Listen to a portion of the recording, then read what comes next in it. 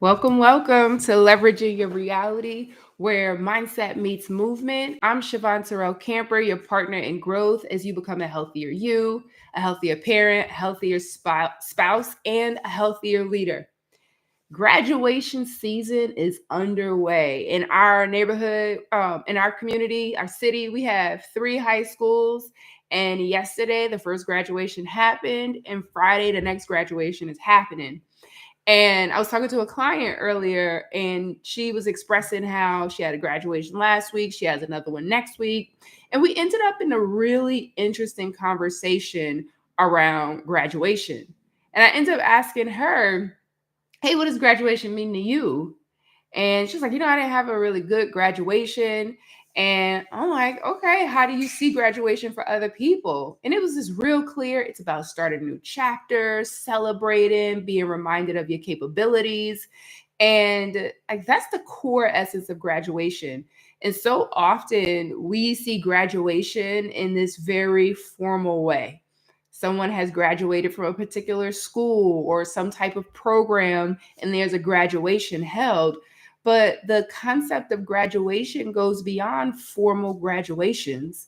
And in adulthood, it's important to take those moments of, hey, I am entering out of an old chapter and starting a new chapter. I'm graduating. And it prompts this question of what have you graduated from lately? Is it an old habit? Is it an unhealthy relationship? Is it underemployment? Is it an unhelpful mindset? There are so many things that we are graduating out of, but we don't take a step back to really look at I have ended one chapter and started a new one, aka I have graduated. And one of the beauties of graduation that comes is being reminded of your capabilities. Like, look what you did.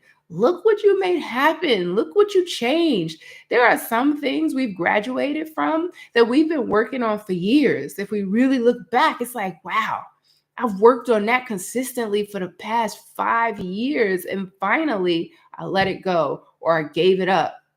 And yeah, that's worth celebrating. This is another thing we struggle to with in adulthood is celebration.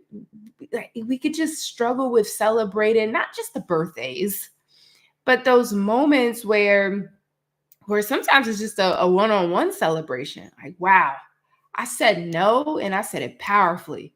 If you've been a people pleaser all your life, for as far back as you can remember, and you've been working on being able to say no to people, and you finally got into a place where you're saying no when things are out of alignment, that's a graduation. You have entered and you are entering into a new chapter of your life that is beyond people pleasing. It's more about alignment in that moment. I'm saying yes to things that align and no to things that don't align.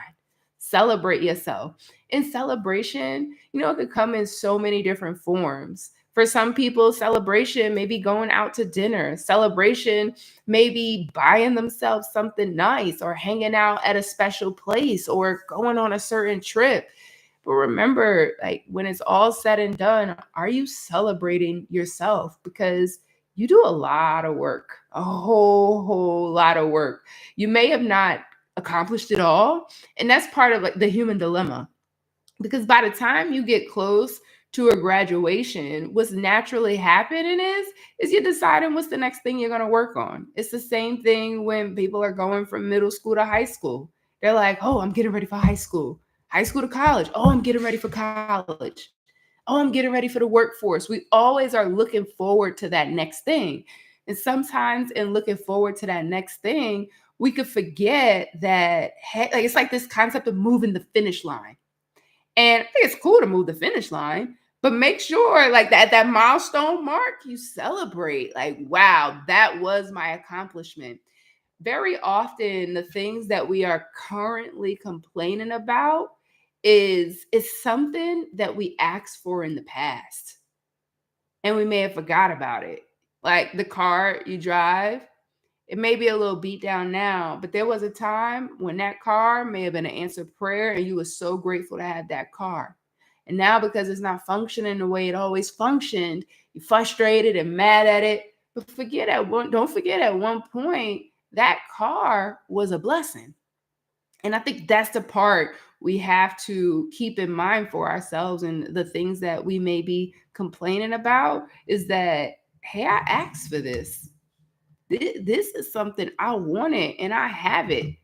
And now, instead of me just complaining about it and forgetting, like, this was a milestone.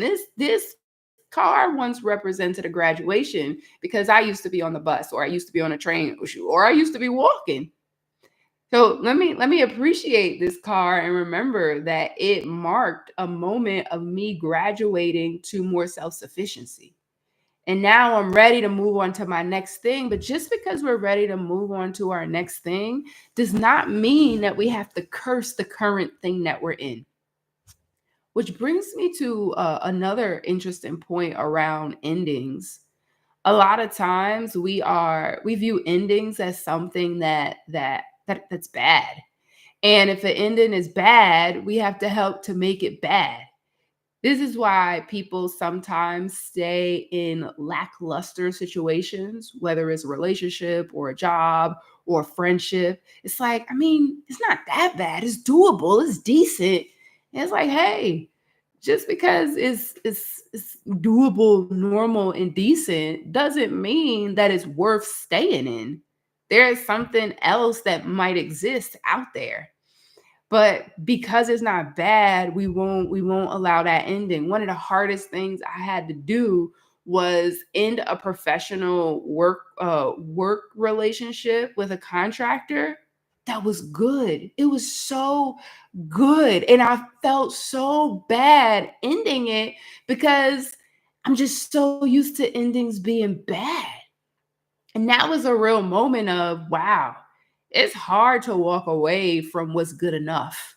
That contractor was great. They did so amazing for me. They gave me my start doing some of the work that I was doing, and I appreciated it. But at this point, I had other contractors on my roster that just offered more opportunities for the phase that I was in. So what's good for you in one phase of life does not mean it'll be good for you in every phase of life. And it is okay to end something that's good. It's harder to, but it's okay to. Sometimes we will take those endings that are supposed to be good endings and dramatize them. We get all dramatic about it and find all the flaws and get ourselves mad and angry enough just so we have enough energy to walk away. We have enough justification to walk away. Okay, it's bad. Now I have to leave. And this is where we just get into that habit of overstaying because it's good enough. Oh, that's when we stop growing. When we start overstaying relationships and situations, we hinder our growth. There usually is something else to work towards. It doesn't mean that you always have to be rushing and running toward the next thing to work towards in every single area of life.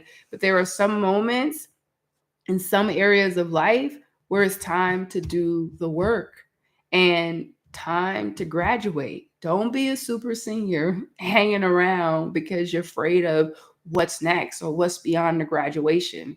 There are things that you've been holding on to, whether it is a habit, an unhealthy relationship, a job, a mindset, that it's time to graduate from it.